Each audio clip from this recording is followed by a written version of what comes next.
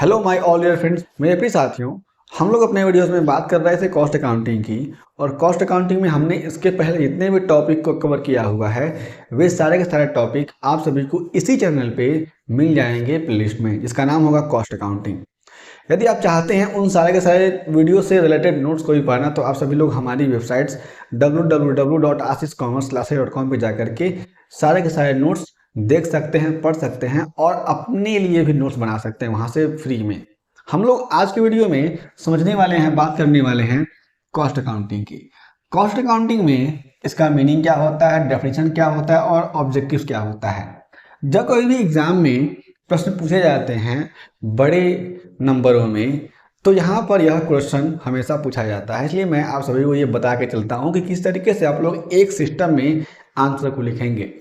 हम लोग जब कॉस्ट अकाउंटिंग की बात करें, सबसे पहले समझेंगे मीनिंग को, फिर समझेंगे डेफिनेशन को, फिर समझेंगे ऑब्जेक्टिव्स को कि कौन कौन से ऑब्जेक्टिव हो सकते हैं किसी भी कंपनी के। हम लोग सबसे पहले देखते हैं मीनिंग को।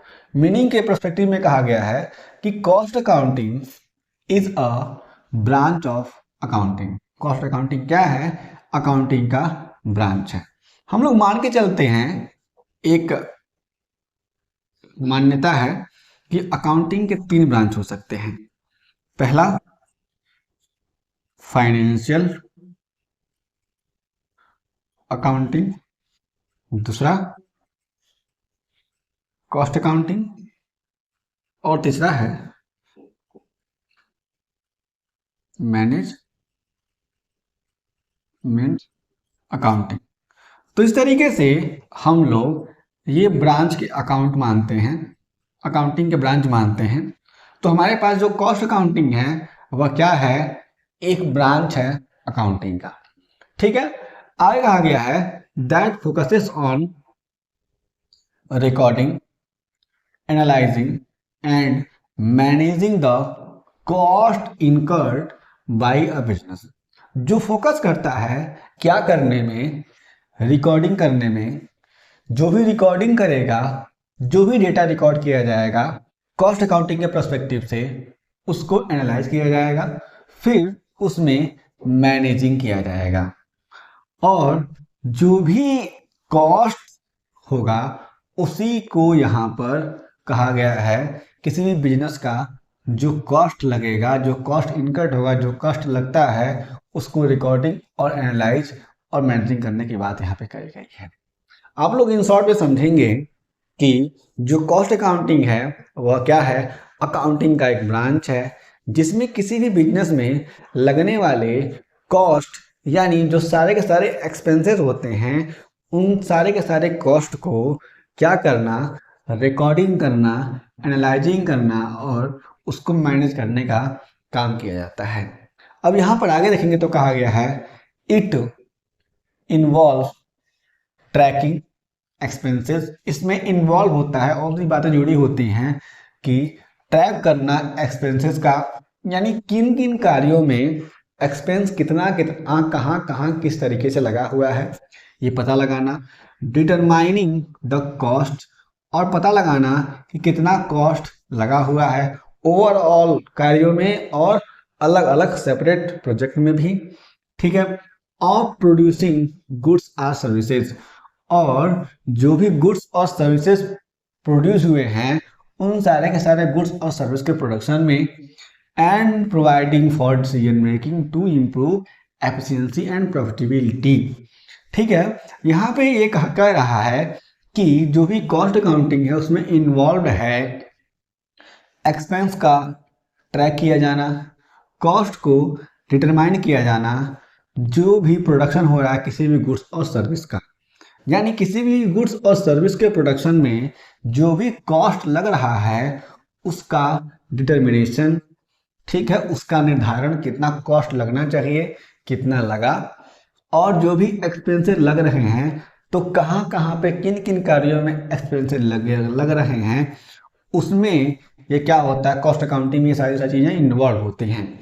और जब इस तरीके से एक्सपेंस को ट्रैक किया जाता है और डिटरमाइन किया जाता है तो इन कार्यों का ऑब्जेक्टिव भी होता है, ये इस उद्देश्य से किए जाते हैं and providing for decision making to improve efficiency and profitability. Company की प्रॉफिटेबिलिटी और एफिशिएंसी को इम्प्रूव करने के लिए जो भी डेटा आता है किसी भी गुड्स और सर्विस के प्रोडक्शन से, जो भी खर्चे होते हैं उस पर, उसको ट्रैकिंग करने से, मैनेजिंग करने से, रिकॉर्डिंग करने से, एनालाइजिंग करने से जो डेटा आता है उसको प्रोवाइड किया जाता है, जिससे कोई भी कंपनी क्या करती है, अपने डिसीजन को बनाती है, और जब डिसीजन लेती है तो कंपनी की एफिशिएंसी और प्रॉफिटेबिलिटी भी बढ़ती है। ठीक है, अब यहाँ पर हम लोग आगे देखेंगे डेफिनेशन को। तो कहा गया है कि cost accounting is the process of accounting. ये क्या है? अकाउंटिंग का एक प्रोसेस है for cost which begins with the recording of income and expenditure. जो भी कॉस्ट अकाउंटिंग है वह क्या होता है? इनकम और एक्सपेंडिचर को रिकॉर्ड करने से होता है। Are the basis on which they are calculated. जिन प्रोडक्ट के बेस पे, जिन गुड्स और सर्विस के बेस पे जो भी एक्सपेंडिचर और इनकम कैलकुलेट होते हैं उनकी बात की गई है। And ends with preparation of periodical statements and reports for ascertaining and controlling cost. किसी भी कंपनी में जो भी कॉस्ट लग रहे हैं उसको असर्टेन करने और कंट्रोल करने के पर्सपेक्टिव से क्या किए जाते हैं? अंत ये होता है कॉस्ट अकाउंटिंग का, उसमें पीरियोडिकल स्टेटमेंट बनाए जाते हैं और रिपोर्ट्स दिए जाते हैं। ठीक है, तो यह बात कहा गया है डेफिनेशन में। ठीक है, तो यहाँ पे हम लोग समझेंगे एक बार इन शॉर्ट में। तो कहा गया cost accounting is the process of accounting for cost. जो कॉस्ट अकाउंटिंग है वो अकाउंटिंग का एक प्रोसेस है। किसके लिए? कॉस्ट के लिए। Which begins with the recording of income and expenditure और the basis on which they are calculated. जो भी कॉस्ट लग रहा है उससे रिकॉर्डिंग की जाती है, उसके इनकम और एक्सपेंडिचर को, और क्या किया जाता है? अंत में एक जो भी रिपोर्ट हो सकता है, कॉस्ट रिपोर्ट, उसको प्रोवाइड किया जाता है, और जो भी पीरियोडिकल स्टेटमेंट होते हैं कॉस्ट से रिलेटेड उनको प्रोवाइड किया जाता है। ये बातें यहाँ पे कही गई हैं, और इसका यहाँ पर उद्देश्य ये होता है कि कॉस्ट को असर्टेन करना और कॉस्ट को कंट्रोल करना। तो यहाँ पर हम लोग समझ सकते हैं इस तरीके से कॉस्ट अकाउंटिंग का डेफिनेशन। अब यहाँ बात करेंगे हम लोग कॉस्ट अकाउंटिंग के ऑब्जेक्टिव्स की। तो यहाँ पे कुछ बातें हमें दी गई हैं।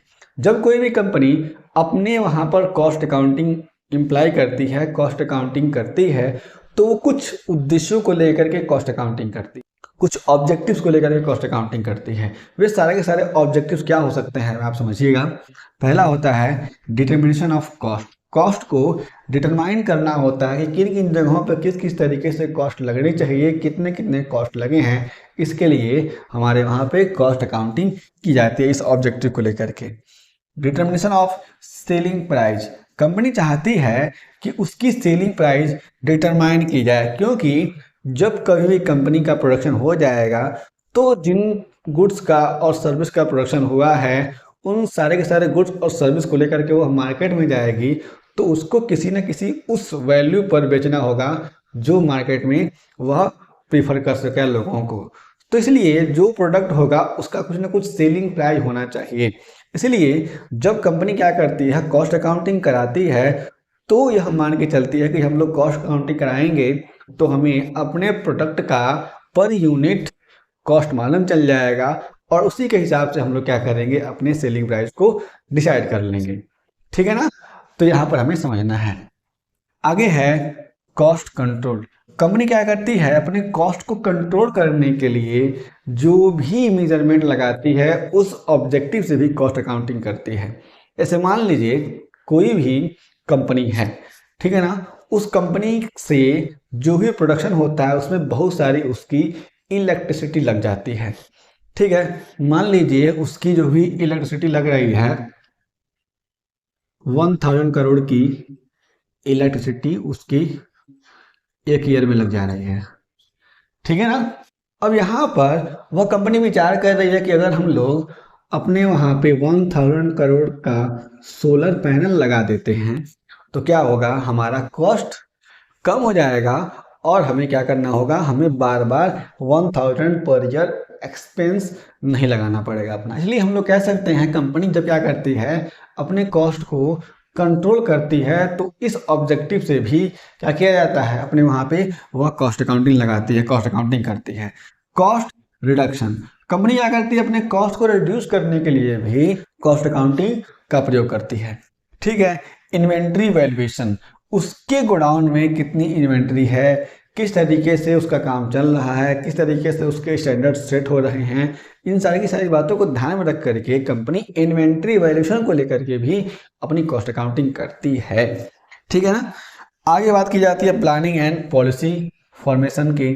कंपनी जब क्या करती है, अपनी वहाँ पे कॉस्टिंग लगाती है, तो कॉस्ट अकाउंटिंग से क्या होता है, उस पर जो भी रिजल्ट मिलते हैं, उन रिजल्ट के बेस पर जो भी मैनेजर्स होते हैं वे क्या करते हैं, डिसीजन लेते हैं किस तरीके से कंपनी आगे बढ़ेगी और किस तरीके से कंपनी में और भी कार्य किए जाएंगे। इसलिए पॉलिसी मेकिंग के लिए जो भी कॉस्ट अकाउंटिंग से रिपोर्ट्स निकलते हैं, जो भी कॉस्ट अकाउंटिंग से डेटा निकलता है, वो बहुत ही इंपॉर्टेंट हो जाता है। इसलिए इस ऑब्जेक्टिव से भी कॉस्ट अकाउंटिंग कराई जाती है। ठीक है।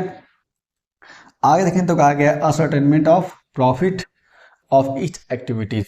कंपनी क्या करती है, तमाम तरह के कार्यों करती है, उन सारे के सारे कार्यों को देखती है, समझती है, तो वह समझती है कि किस तरीके से किन किन कार्यों पर कितना कितना प्रॉफिट आया हुआ है, उसको असर्टेन करने के ऑब्जेक्टिव से भी कॉस्ट अकाउंटिंग कराया जाता है।